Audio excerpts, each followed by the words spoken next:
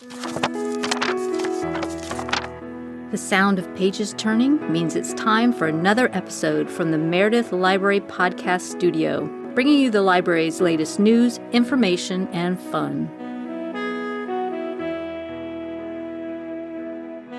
Hello, everyone. Welcome to episode 10 of the Check It Out podcast at the Meredith Public Library. My name is Anna, and I'm here with my esteemed co-host, Matthew. Matthew, how are you doing today? I'm great. And you, Anna?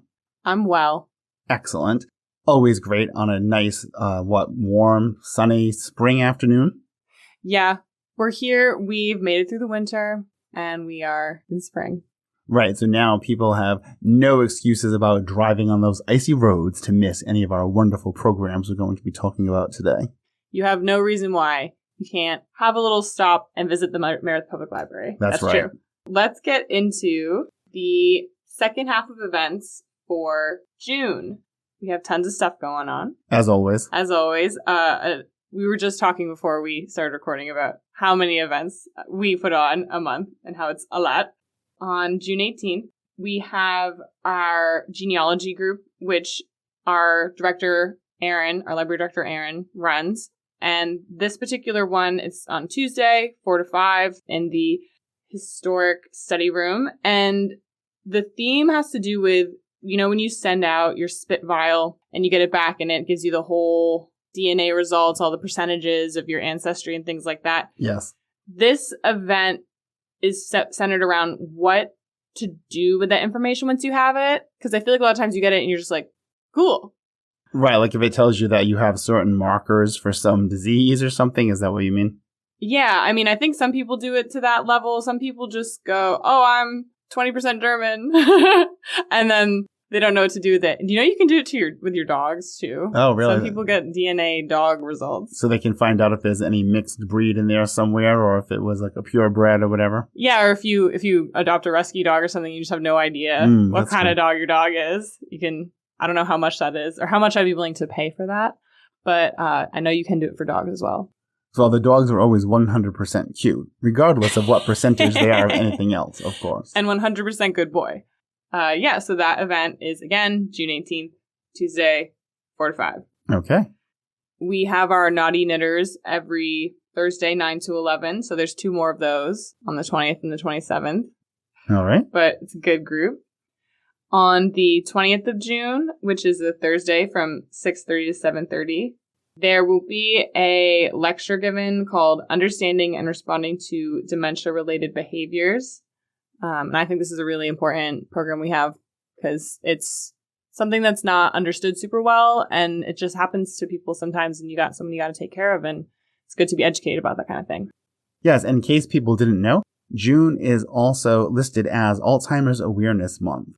So you know how a lot of different groups or things have different months, like it's also Audiobook Month or it's Pride Month or whatever. So there's different things. That's specifically why we are doing that in June. But we may also have other ones in the future related to that because the groups that come in to talk about them or the presenters actually have all different aspects of the topic that they can talk about. So this could just be the first of many.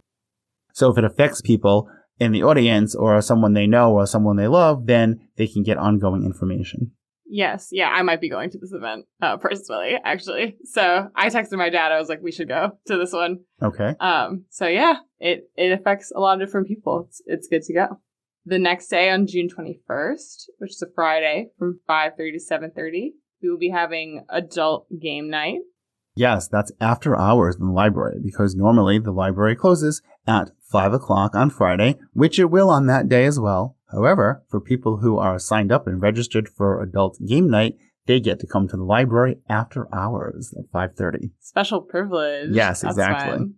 And it's board game type thing. Not video games or anything like that. Yes, well, for now anyway, right? So we had one other one in April, and we had about a dozen people who came to it. People brought their own games as well as ones that the library provided. Some of the activities were Scrabble, Dominoes, I want to say Boggle. I know that was there. I don't know if people played it or not, but I remember seeing it there. Categories was played. So definitely there was a variety of games and choices. Sounds like a lot of word games, very library aesthetic. Yes, it was. That's interesting. You're right. There wasn't like Monopoly or Sorry. Again, not that we can't play those. People can bring them or we have them here or whatever. So there's the choices. Mm-hmm. Yeah. But maybe people were just feeling wordy. But yeah, come on down to that. We have your writers group again because it's every second and fourth Tuesday. Yeah. So the fourth Tuesday of June is the 25th. Yep. At 5:45 p.m. Mm-hmm.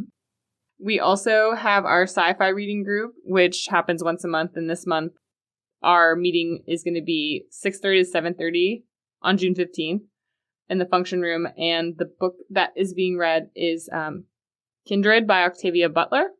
I'm a pretty big Octavia Butler fan. Oh, okay. So, yeah. Have you read that one? I have not. I've heard good things. All right. And then the next book club is on the 27th, which is the Brown Bag Book Club, which is the one that happens from noon to 1. The idea is you bring your lunch and have a chat about a book. And they are reading Lessons in Chemistry by Bonnie Garmus. That was one of our most circulated books last year. It was on the top 10 list of what books went out of the library most often.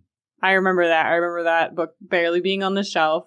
I did a little read of the plot summary, and it seems like it has some history, some science, some love, some feminism. It's just got all the ingredients. And then finally, in June 28th, and this is for parents who have children or teens, it is the kickoff of our summer reading programs. You can come in and sign up. If you have younger kids, go to the children's room with Miss Karen. If you have kids older than 10, you can find Miss Liz in the teen room. And we have a ton of fun summer-based children's promotions with the program. The theme is Adventure Begins at Your Library. All right. And I know for adult summer reading, that does not begin until July 2nd with our official thing. So we'll hold off on discussing that yet. We'll just give them a sneak peek. It's coming. Yeah, don't worry, adults, we didn't forget about you. Yeah, that's the wrap up for the programs that are happening in the second half of June. Excellent. And you must have one of your infamous questions of the episode. I do. So my question for the episode to both you and to all the listeners is, thinking about summer reading and all the books that you read when you're a kid during the summer, what was one of the books that you really enjoyed as a kid? Yes. All right. So I actually remember this very specifically, going to the library right after school got out one year in June and going to the children's room and getting a book called The Limerick Trick. So we really need to look that up, see who the author is, because I don't remember now. But I feel like we need to find that out. So we're going to do the magic of technology, and we're going to pause this while we find out and give you the answer. The Limerick Trick is by Scott Corbett and Paul Galdone. The funny thing is, I completely remember getting that book. I remember bringing it home. I remember sitting down and reading it because I couldn't wait to read it. That's a cute memory. I like it. And what about you? I also remember seeing this book on display in the children's room during the summer and being like, I gotta see what this book is about. And it was called Bunnicula. Oh my God, I have that book. You know Bunnicula? I do. James Howe. Yes. Bunnicula is so good. For those of you that don't know, this is actually, that book was in the late 70s. Mm-hmm. But it's about a little bunny who gets adopted into this family, and the dog and the cat that live in the house are convinced that this bunny is a vampire. Right, and exactly. Hence the title. Yeah. All these little tomatoes end up like all white and sucked dry, and there's little teeth holes from the bunny in them. And yeah, I remember I read that book a bunch of times. I renewed that book from the library. I guess that is a short episode for today then. I want to thank everyone for joining us, and hopefully we will see them at the library at some of these amazing, or perhaps all of these amazing programs. Yes, come on down.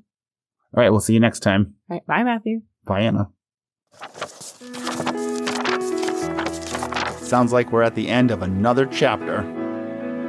Podcast music titled Daytime TV Theme by Kevin MacLeod of Incompetech.com. Licensed under Creative Commons by Attribution 4.0. Podcast copyright 2024. Meredith Library Podcast Studio.